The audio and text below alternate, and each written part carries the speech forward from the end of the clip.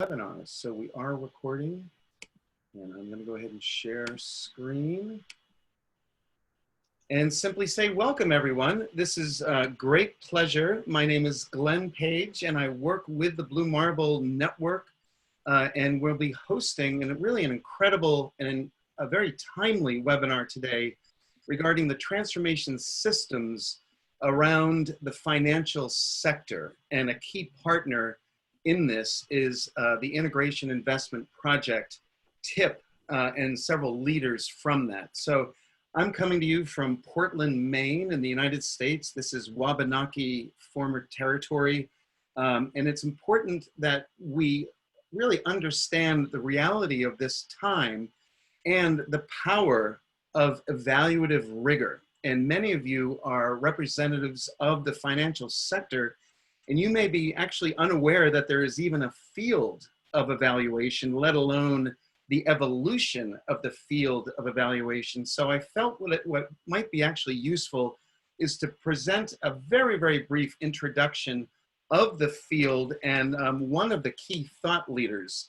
And this thought leader is Michael Quinn Patton. In fact, indeed, he is a pollinator of the field, has been around from its beginning.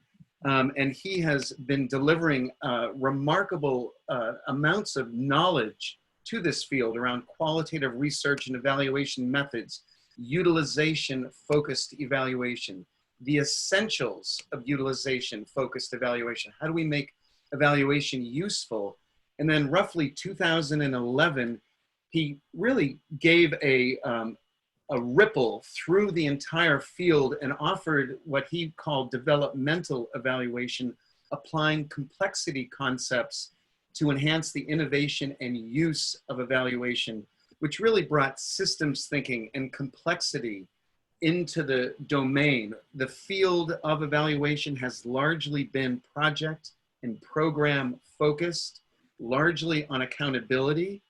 And what this person and really a network of people have done is to really give birth to a much wider realm of how evaluative rigor can contribute to large-scale systems change. Again, beginning with developmental evaluation and more recently with what he called principles-focused evaluation, moving away from smart indicators towards principles-focused evaluation. And even more recently, regarding the reality of Earth systems change, just recently launched and published Blue Marble Evaluation, which is a significant evaluation evolution, because what it does, it moves from theory of change and how we measure that to really the theory of transformation. How do we actually understand, design, implement, and evaluate and adaptively learn in large-scale systems change? So with that, integrates a series of very important theories, but the theories inform the practice. And it's really no longer an endeavor of just a group of people who identify themselves as evaluators coming in and rendering judgment and worth over a domain of a project or program. It's really the evaluative challenge is distributed amongst everyone involved in large-scale systems change initiatives. So as we think about the core principles that are involved, I'll just quickly go through them and set up this particular webinar. What this requires is global systems thinking, applying whole earth, big picture thinking to all aspects of systems change. It requires an understanding of the Anthropocene as context, knowing and facing the realities of our Earth systems that are changing so rapidly, largely due to human development over the past 100, 200, 300 years, and acting accordingly. Here we are in a decade, perhaps the most critical decade of our time. How we respond is critically important, and how we understand that response is essential.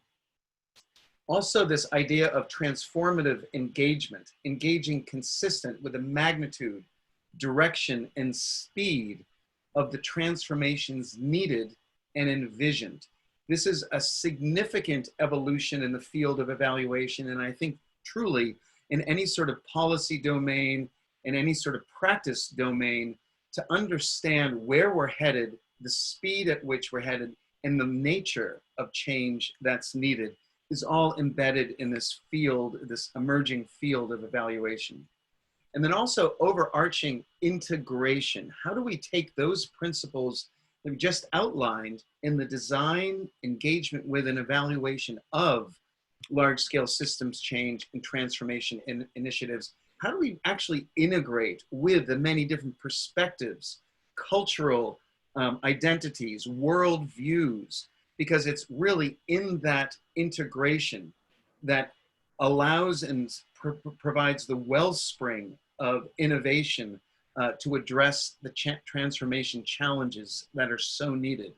And finally, acting globally. And this is a conjunction of global and local, but it's critical that we must actually understand the contexts that we are working in so that we are contextually sensitive and we're grounded in the interaction between what's actually going on at a local scale and the nature of global systems change at a global scale.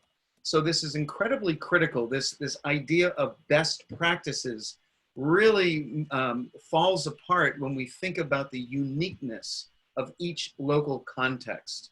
So as we think about the world today with global pandemic, economic collapse in many different economic scenarios, and the dominance of the dominant neoliberal economic theory as driving huge dimensions around economic decision-making, as well as Earth systems change. Right now, there are wildfires burning in the Arctic with very little attention to what's actually happening. But right now, the Arctic, as essentially the air conditioner to the Northern Hemisphere, is undergoing massive transformation. So how we understand locally and act locally really affects how we become Earth system stewards and actually transform our engagement globally. So with all of that, it gives me remarkable pleasure and a real honor to introduce our three guests. We have Bill Burkhart and Steve Leidenberg, the co-developers of the Investment Integration Project, as well as Mirtha. And Mirtha Castrapelli is the founder and CEO of Beyond Alpha. And so together, what they're going to present to you is really the evolution of strategies around how the financial sector is evolving. And so with that, I'm going to hand it over to you, Bill, and help us understand what are some of the remarkable innovations that are working at a global scale in the financial sector. Sure. Thanks, Glenn. And thanks for the framing and also for reminding me of the term globally. It really is as fun to hear as it is to say. So really appreciate you getting us started off right. So next slide. So by way of background, just to kind of provide us a little bit of a level set, Steve and I founded TIIP in 2015 to essentially help investors align their strategies and practices with the increasingly, as Glenn said, a complex world of the 21st century. Not only did we want investors to show investors that everything from the environment to healthcare to financial markets is interconnected, we also hope to demonstrate that investors can play a role in preventing environmental disasters and easing social unrest. We hoped that investors would realize that doing so is not only good for global sustainability and well-being, but is also good for their bottom lines. Next slide. So throughout 2015 and 2016, we established the theoretical frameworks for identifying systemic, environmental, and social challenges best suited for investor action. And we developed and disseminated information about effective system-level investing tools. We have since broadened our efforts and are helping to meet industry demand for practical guidance on adopting system-level approaches and measuring investors' impacts and influence on environmental and societal systems.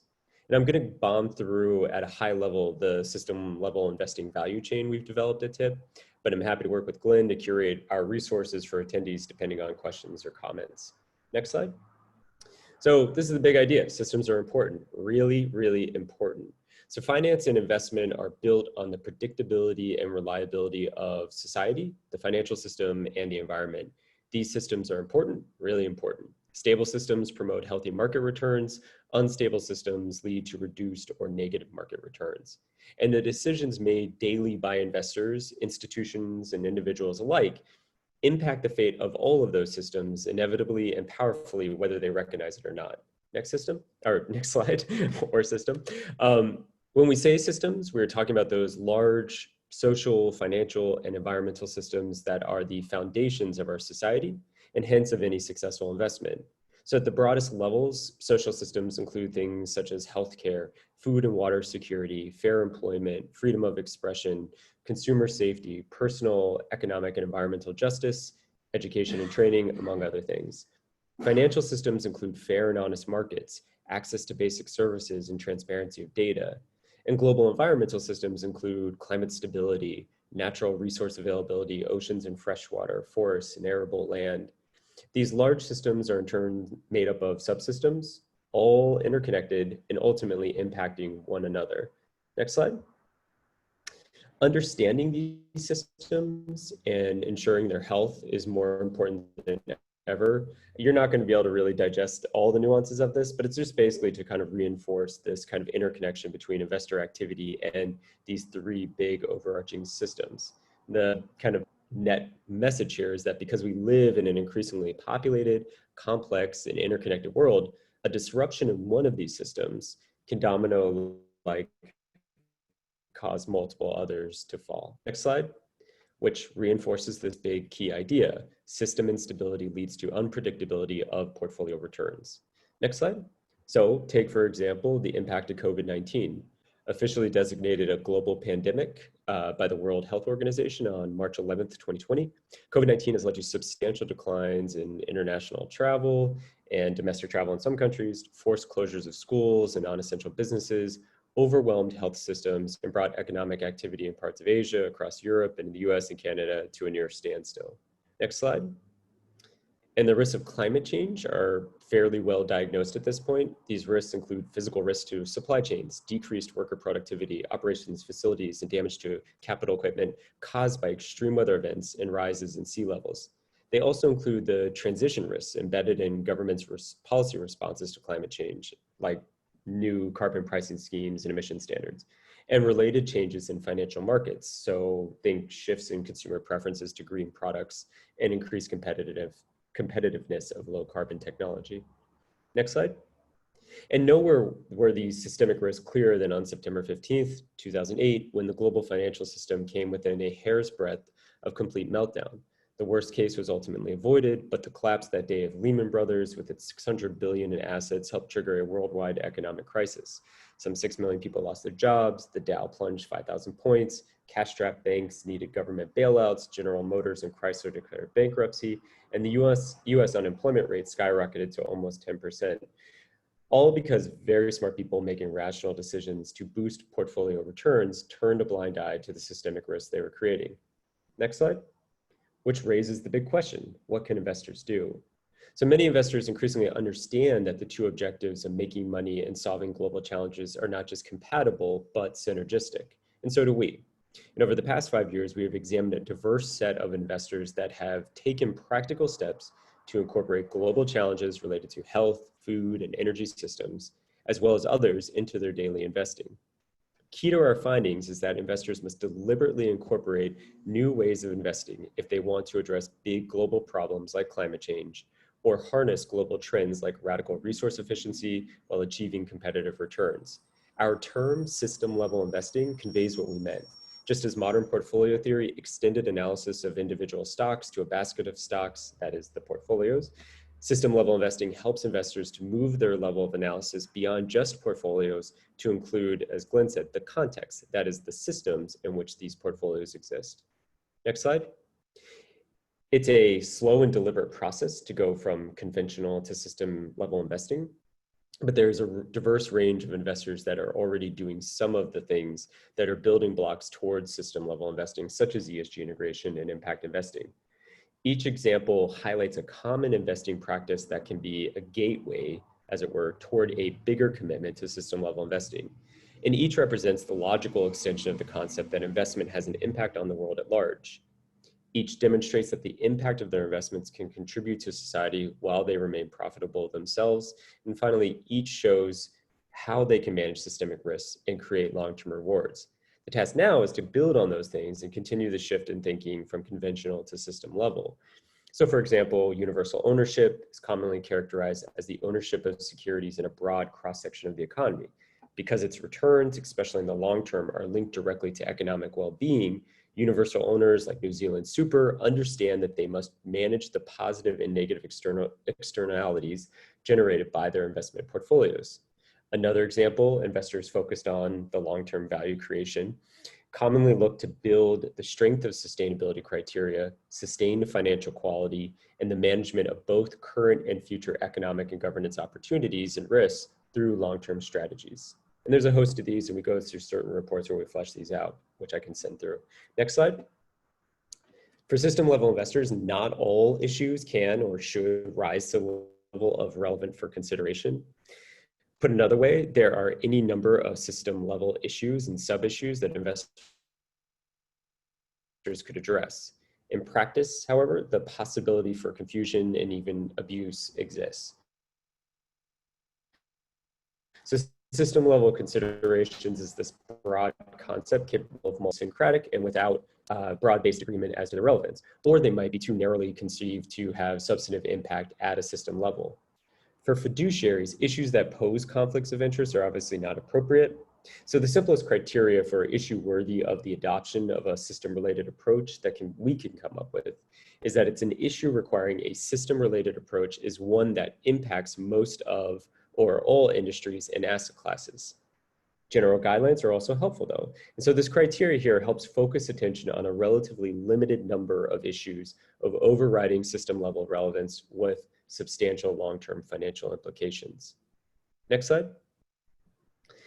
And in our analysis of 100 asset owners and managers, we examined how they intentionally look at how to leverage investment decisions towards these system level goals.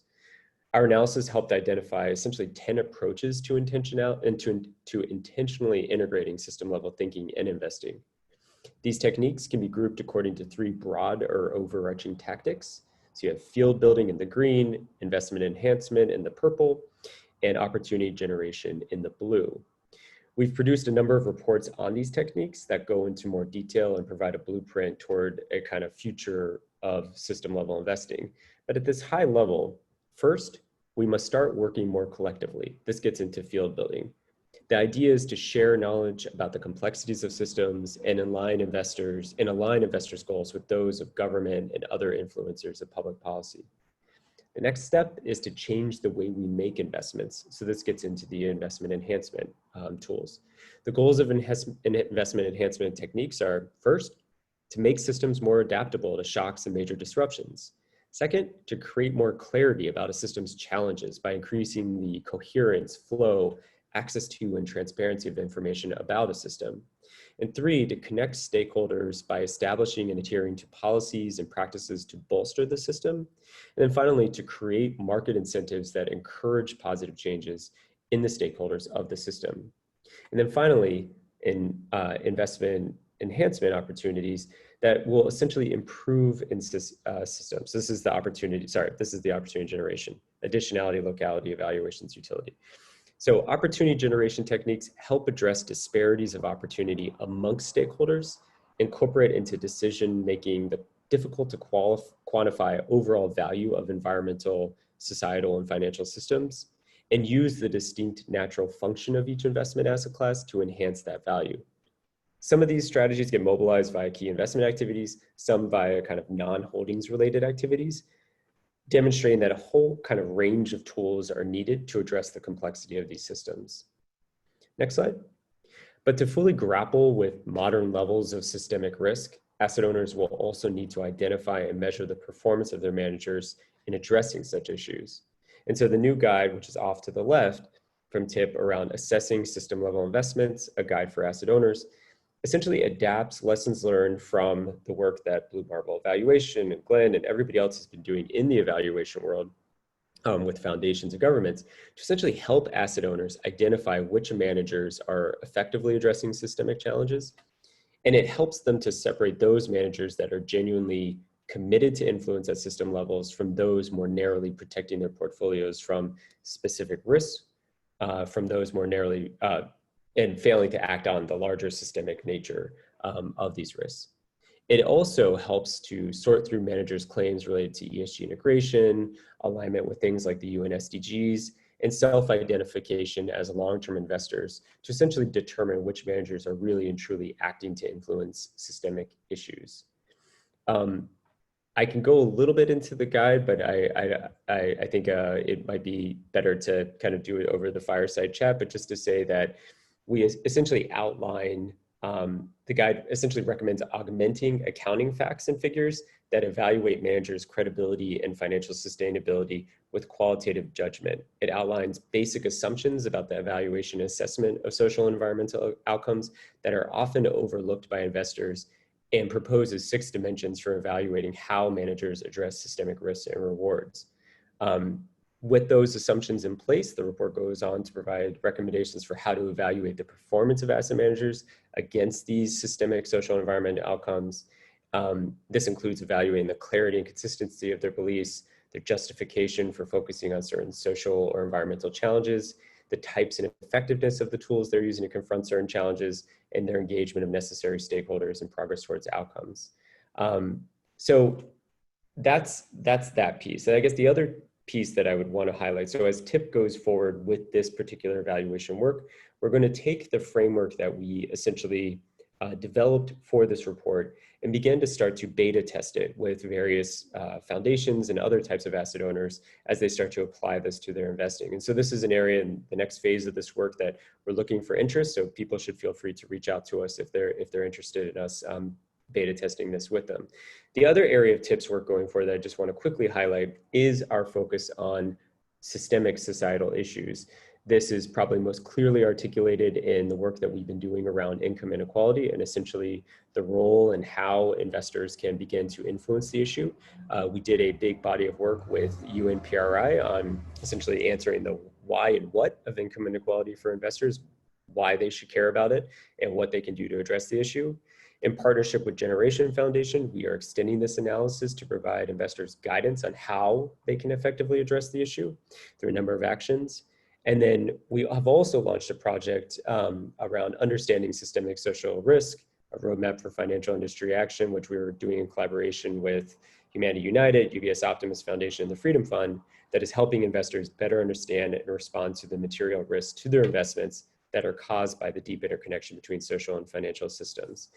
Lastly, TIIP is also working with Mirta Castrapelli, who you'll hear from in a minute, and her team at Beyond Alpha on a series of issue briefs, various sub-themes of these major overarching societal systemic risks like income inequality that are meant to be more bite-sized, digestible kind of snapshots that really provide practical guidance for investors as they move in this direction. So I will conclude with a call to action of sorts. Investors can no longer afford to ignore the risks and rewards associated with global systems, as Glenn pointed out. That finance can influence these systems and vice versa is really clear now. Properly managed, that influence can be positive. Neglected, it can lead to a financial system and society fraught with instability and uncertainty. And on that cheerful note, I will throw it back to Glenn. Excellent. Thank you, Bill, so much. And let me open the dialogue to our other 2 partners, Steve and Mirta. And Mirta, let's actually begin with you. If you could describe a bit of the Beyond Alpha work that you're doing and really the challenges that you're seeing applying this systems level lens to the large scale financial organizations that you're involved in. Thank you, and thanks again for the invitation. It is really my pleasure to be with you, Glenn, and Bill and Steve, and again, been following the work for many years, and you'll see why when I talk about my background and my work. So as Glenn said, and Bill, I'm the founder and CEO of Beyond Alpha. I'm also a research fellow with Columbia University at the Center for Sustainable Investing. Now at Beyond Alpha, our company is designed to help investors, asset owners, asset managers, intermediaries in their sustainable investment journey. We do this through research and thought leadership, and also with a strategic consulting. Our approach is very tailored to whatever the investor is in the investment journey, starting from the basics of ESG, what does it mean, why it's important, to how to effectively implement an ESG integration strategy, all the way to system level investing, which is the most sophisticated, comprehensive, and impactful way to think about sustainability. So I met Bill and Steve almost at the beginning of TIIP when they launched this effort, and was really impressed with that kind of the system level framework they have put together. And that has now become really core of the work that we do at Beyond Alpha. But I'll share a little bit about my background. I come from the investment industry. I spent 12 years at State Street Bank. Most recently, I was the global head of the Center for Applied Research, which was an independent think tank designed to provide insights about the future of the investment management industry for our C-suite clients. So I pretty much spent my time studying about the industry's biggest challenges, thinking about solutions, and basically having these conversations with investors globally. And what I found in this process is that there's I would say two overwhelming or two structural challenges that affect the way investors are running their business, right? That affects the incentive structures, that affect the way that they put their portfolios together, and that affect their investment mandates. The first challenge, or the first, the underlying, I would say, obstacle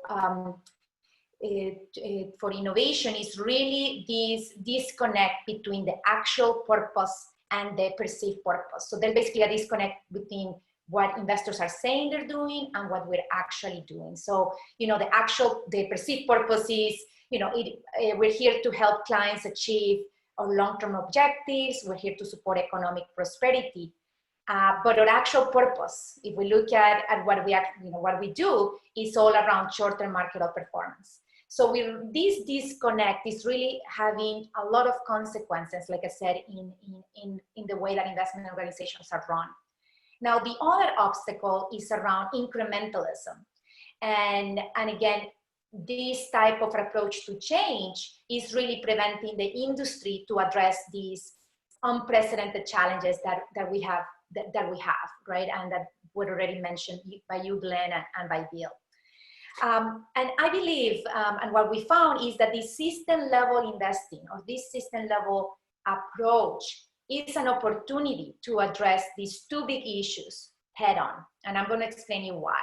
So on the first piece, which is this disconnect between actual and perceived purpose, we found that in our industry, and this is back from our 2016 paper called Discovering FI that we co-authored with the CFA Institute.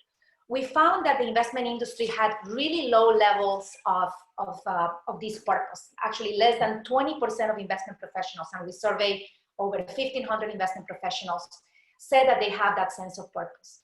Also interesting is when we ask investment professionals why did they enter the industry and they remain in the industry, the vast majority said because of their passion for markets, the competition, the complexity of the markets, the winning. Only 28% of these investment professionals, said that they're in the industry to help clients achieve their long-term goals. And only 5% said that they're in the industry to support economic prosperity. So in some sense, we have lost sight to the fact that the markets are just a means to an end, and not the end in and of itself. So obviously, as part of this project, we wanted to understand why we're having this disconnect, why there's all these low levels of purpose in the industry. And what we found is that the big challenge is that the investment professionals' actions are so many steps disconnected from the consequences. So when you think about a teacher, right, you can see how a teacher sees every day their students and is, can see the fruits of their work when their student is learning to read or is learning a new topic, or if you Also think about a doctor or a nurse. You can see, again, firsthand how you're helping to improve your patients' lives. Or if you're, let's say, an architect, you can actually touch, that bridge that you help build, right? That's a privilege, or this is a luxury that investment professionals unfortunately do not have. This is what Professor Rayon, Raj Rayon at the University of Chicago calls an arm's length financial system. So one of the system level principles, and again, it talks specifically on this, the first assumption around consistency, is to talk about the importance of focusing on a manager's actions, but also in the outcomes. So if we start emphasizing outcomes in the way we're making decisions, this can have really, powerful impact in the way that investment organizations are run. So this is, again, one of the examples. The other one is really around incremental change. Again, our research, and this is from our 2019 paper called The Big Shift, again, that is available in the State Street website, is that we found that the investment industry is really good at doing things better, right? And we found that, this type of approach to change, let's say, it's very effective when dealing with problems that are limited, well-defined, easy to quantify. It is not effective to deal with the type of problems that we have today, soft problems that are not easily quantified, they're ambiguous, with multiple interpretations, multiple solutions.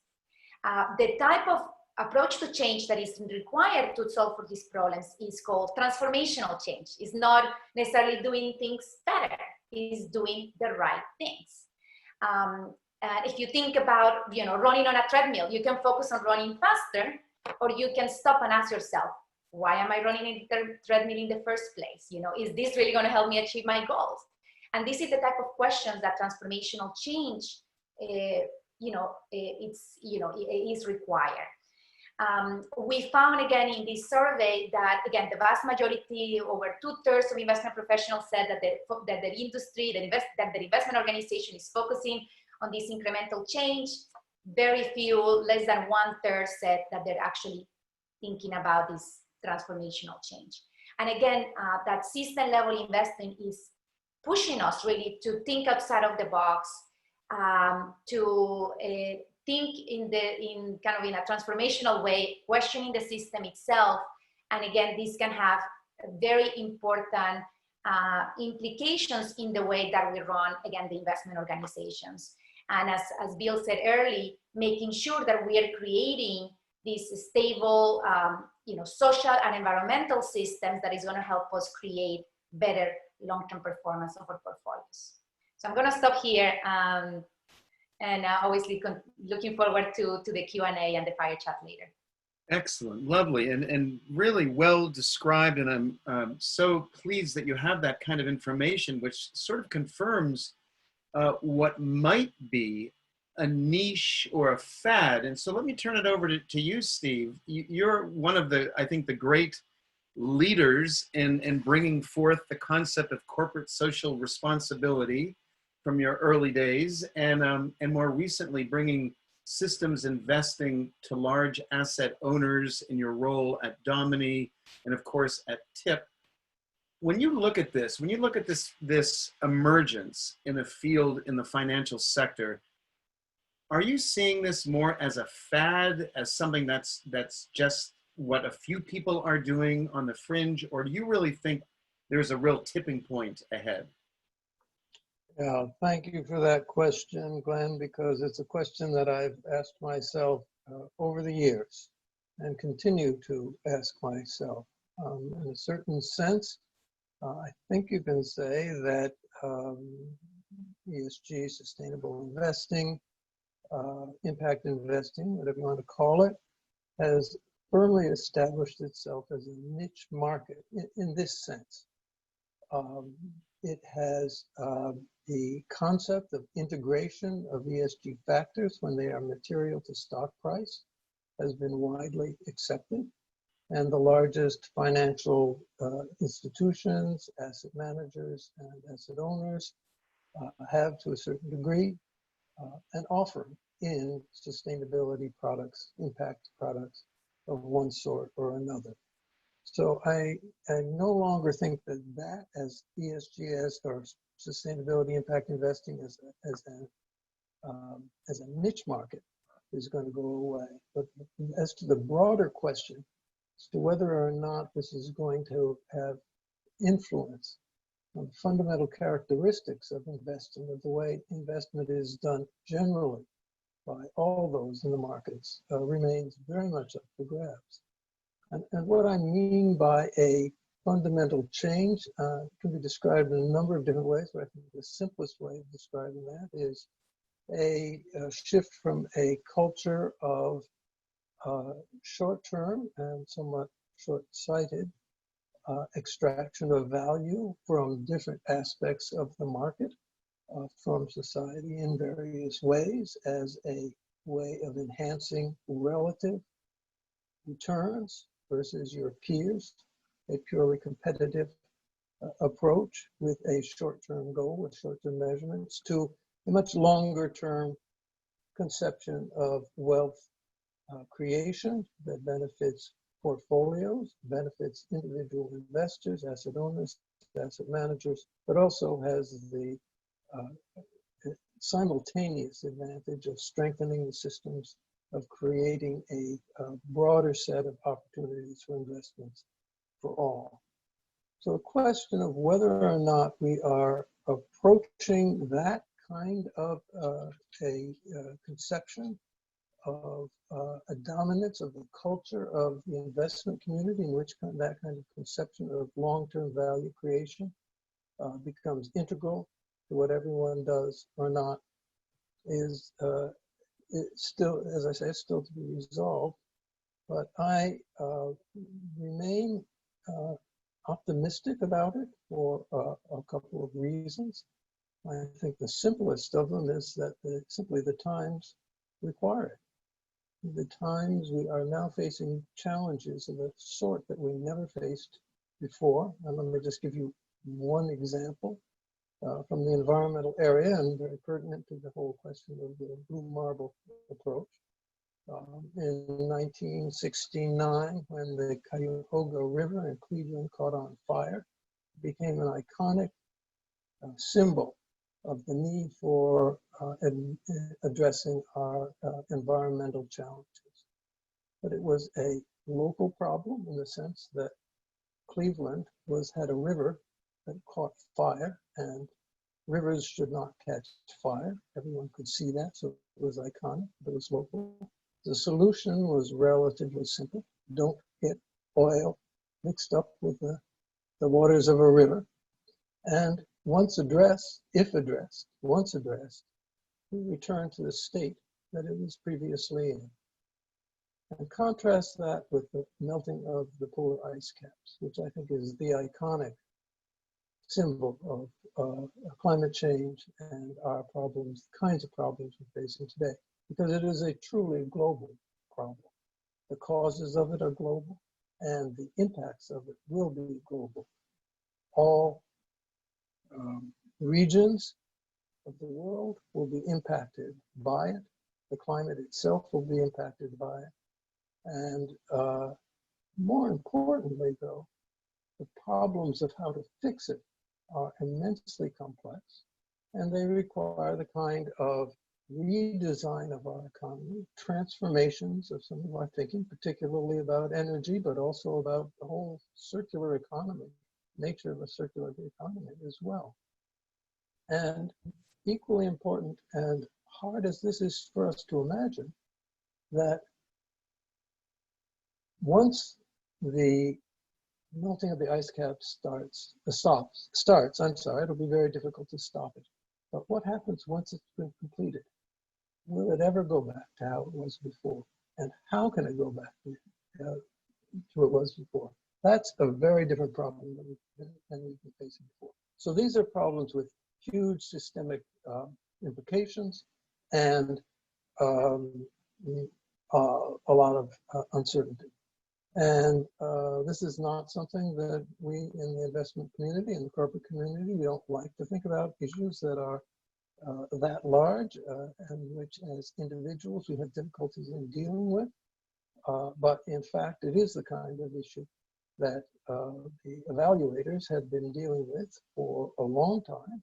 And the Blue Marble evaluation confronts with those four overarching principles that you enumerated at the beginning. The problems that we are facing now are global, that they require transformation, that they will take multiple actors to address, and that there is an urgency, a time urgency on this. So with that, just by way of saying why I don't think it is, this is what is happening now is a fad. I think investors and corporate managers, we are, although we may not want to look at this, we intuitively understand that these are issues that we will have to deal with. And I remain optimistic that we will be willing to embrace these issues with all the complications. Wow, well, thank you. And there's a ray of hope indeed in what you're saying. Now, this issue that you bring up, Mirtha, of disconnected purpose and incrementalism, large asset owners, I've been impressed with those who are own, sovereign wealth, insurance, reinsurance, pension funds. They know that, for example, the pensioners who are in their 20s, they're the ones who are inheriting this world. And therefore, they're wanting, it seems some of the large asset owners are really wanting to transform the nature of what they're doing. How does, and I'll open this up to anyone, perhaps Bill, Mirtha, or Steve, how in your mind do you believe you can help the large asset owners think about the adaptive learning that's needed to shift from that sort of investment in the traditional market opportunities to things that are truly transformative, to really invest in the transformation systems that need to be developed in order to change the nature for that 21-year-old pensioner who they want to keep and they want to sort of remind, oh yes, we have your best interests at heart. How do you help them adaptively learn as they move towards systems level investing? I'm happy to jump in, with some of the findings that we found for asset owners. So for asset owners, obviously they have kind of a long-term horizon, but they still struggling with this disconnect, and it goes with how they measure success, right?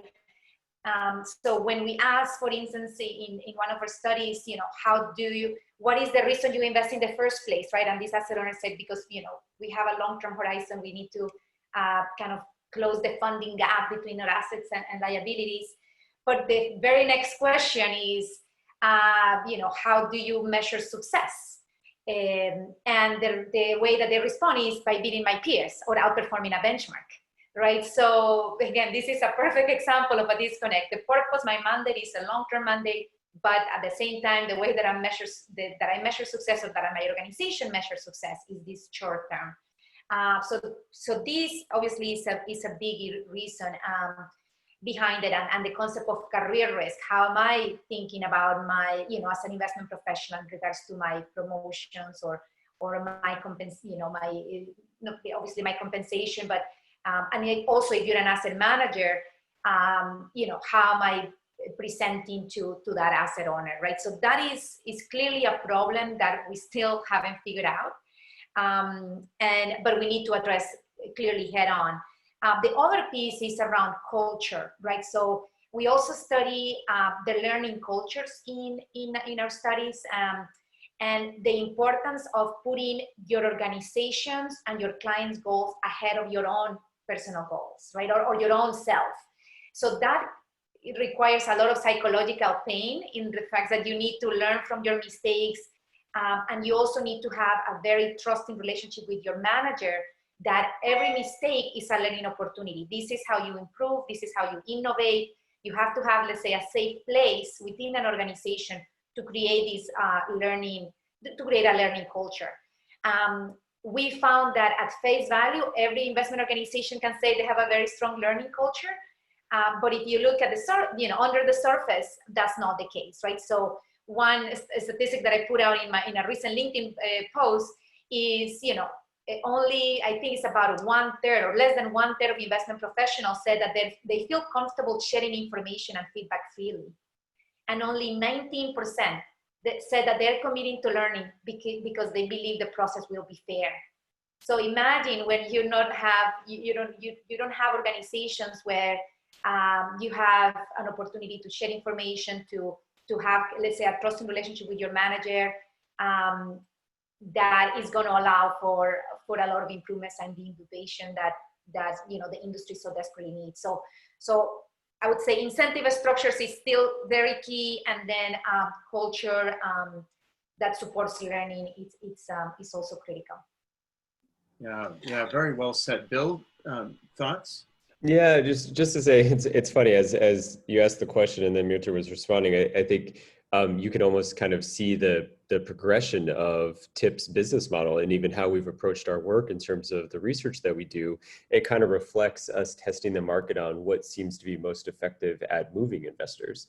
And so part of it is it evidence building? And so really making sure that there's this evidence base of real examples and concrete actions that investors can take, big and small, different types of investors, making sure that that's there for them to really understand what's possible and what the outcomes might be.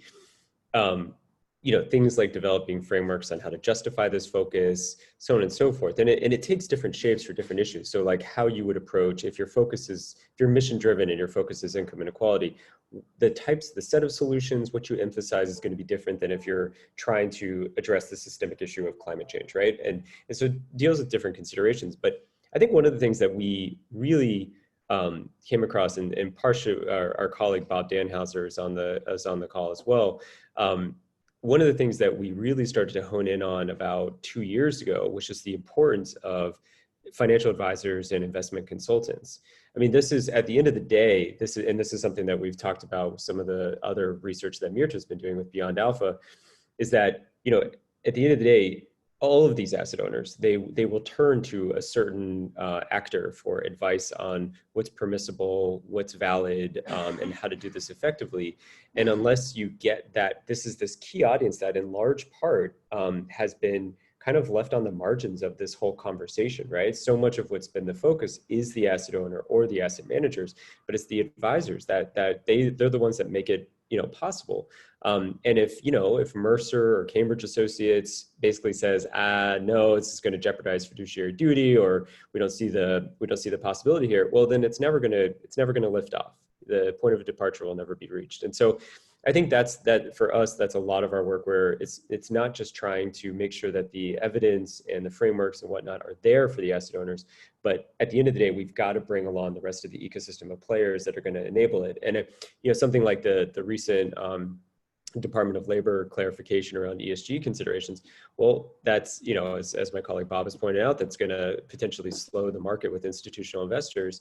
Well, if you use ESG integration as a proxy for system level focus, it's going to have a compounding quality to it. And so I think it's this thing of, we have to think about the ecosystem, but for a lot of it, we do see this kind of opportunity with bringing advisors more into the fold as kind of a critical piece of this. But I'm sure Steve might have other thoughts there as well. Yeah, and Steve, as you reflect on this, clearly the accounting challenge has been well woven into this field for years. I think what you're collectively saying is the adaptive learning that's needed really transcends the accounting challenge. It's not a quantitative, it's not only a quantitative challenge. What's your thoughts on the value of bringing in these other dimensions and other ways of adaptive learning that address these issues, that help to build the advisors' understanding, that help to add to more rigor around understanding pathways and trajectories. And after that response, I'll try to get to a couple of the questions in the chat box, as there are many. I'm going to make a comment that may sound counterintuitive or maybe even nonsensical, but I think one of the most effective ways that we can promote this kind of change, this cultural change, this change in behavior, is to make it easy. And I think many of the tools that have been developed in the evaluation field can help in this making it easy. So show investors how, through the development of principles, which are very much like investment belief statements, they can clarify their relationship to the market and particularly the sustainable development market. Show what tools they have that can be active, can give them active influence at a systems level in addressing these kinds of problems. Show them how leverage points, give them best practice. What's a leverage point within a system that has shown results?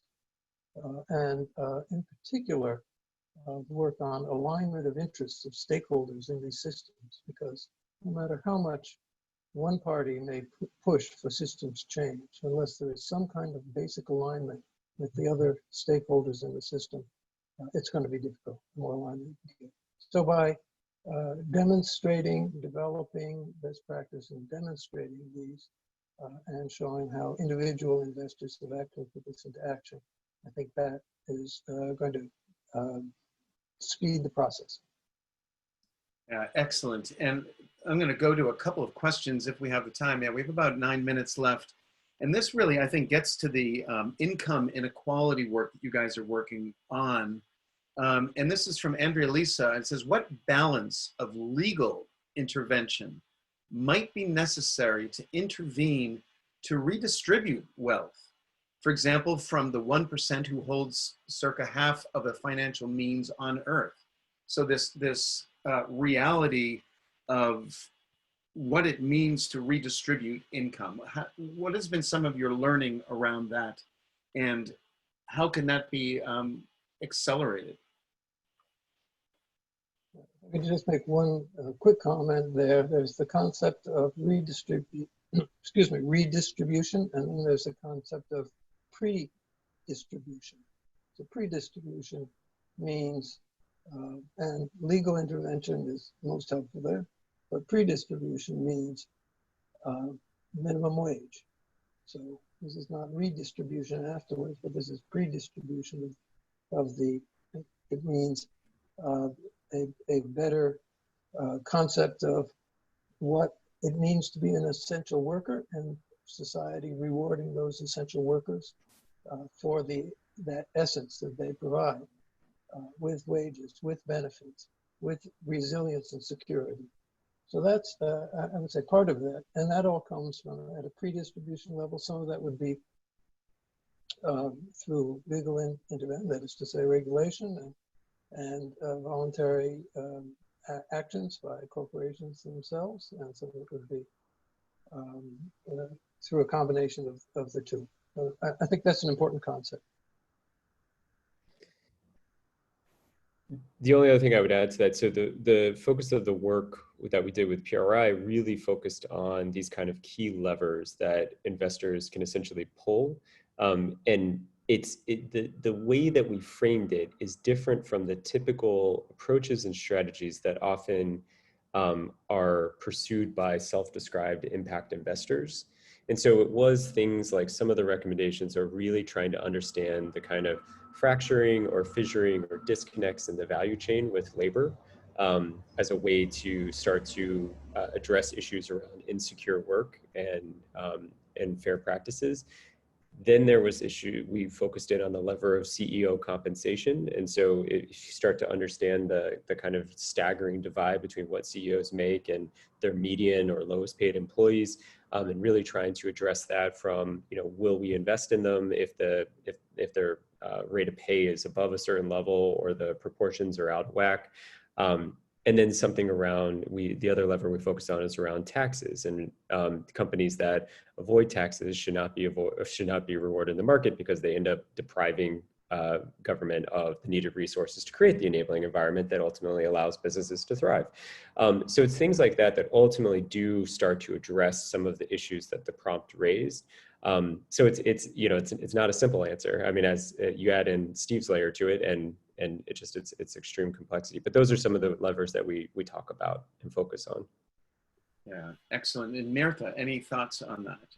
Yeah, so one thing, completely agree definitely with the importance of this, the pre-distribution angle rather than the redistribution, and the emphasis on kind of the human capital and the minimum wage, but also, paid sick leave and the other protections, let's say, for our employees, to be incredibly important. I think obviously there's a role for government to be played there and regulation, but also in the case of investors, that reputational risk. And in fact, we found evidence after the COVID, right, that some of the companies that came out early saying that they were there to support their employees, it was associated with better performance in that second quarter of the year. So with that headline risk or reputational risk, and kind of that, let's say, societal value to operate on these companies. So this is an example of that rise of the intangible, something that, again, is very hard to measure. Like, how do you measure a reputational risk or opportunity in regards how you treat your employees? It's very hard to put that in an accounting framework, but it clearly has an impact on performance, right? And it clearly has an impact on resilience, right? And it clearly has an impact on the long-term strategy of a company, right? And how they treat their employees and how they would be potentially looking at customers as well. So this is, a perfect example of something that would fall into kind of that system level category that is not within the current way of doing things today. But yeah, that's just another point that I wanted to add. Excellent, excellent. And as we're nearing the end, this could well be the last question, but from a paradigm standpoint, the stock market, it's been really fascinating for me, at least, to watch as we see economic decline, as we see systems around the world, natural systems such as the Arctic and the fires in the Arctic burning, the stock market continues to go up, or at least up in sort of a bouncing way since March. Some of the greatest growth, economic growth that's happened since March. There's a wonderful question here about how do we actually transform the investment culture that actually, and maybe it's culture and having the mechanisms to actually do this, where people can actually put their money in service to human and planetary flourishing over profit. So this is a question from Suzanne Bowles, and some of the solutions are very accessible and only blocked because wealth holders have not conceived of a way to make short-term money off of them. So your thoughts on the transformation systems that are needed to be enacted around investment opportunities regarding planetary health and human well-being?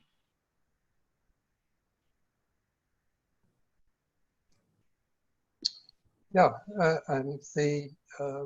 we've been looking at this issue for decades in a certain sense. The distinction between speculation and investment goes back to Keynes and others. The question of how to structure, and this is a structural question, and I think it has a lot to do with Mirta's incentives questions, and how to reward in the markets those that take a long-term approach is important. And I think the answer has to fall into the measurement side of the question. That is to say, our only measurement now is price. And it is helpful to think of long-term price versus short-term price, but that's not going to get us all the way there. We need to have a measurement system that also understands and measures the I'm going to call them intangibles, but they are not strictly non-financials. The less quantifiable, but certainly observable positives that result from a sustainable approach to corporate management and to investment that you can see, and you may have difficulty measuring it in quantitative things, but it is obvious to the eye. So that being able to articulate that and legitimize that as in measurement is, I think, one of the keys and one of the things that we've been struggling with over the past several years. It's not at all an easy problem, but once solved, it will be immensely helpful. Yeah, well, with that, I just want to thank you all. Thank you as the guests, Bill, Miritha, and Steve, your remarkable leadership in this field.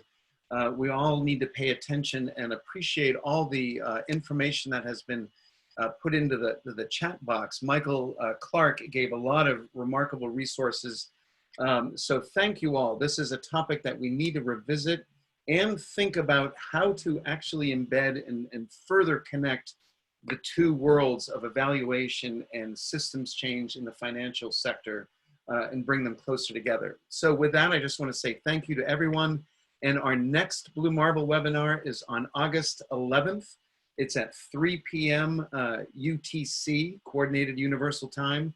And this is when we'll be Blue Marble meets design science. This is, will harken back to the days of Buckminster Fuller and his idea of the world game and how that can actually be operationalized in this world and how Blue Marble evaluation is actually contributing to that process. So with that, I just want to thank you all so much for your time, attention, and stay tuned to the website for copies of this particular webinar and others coming up. So thank you, everyone. Thank Thanks, you. Glenn.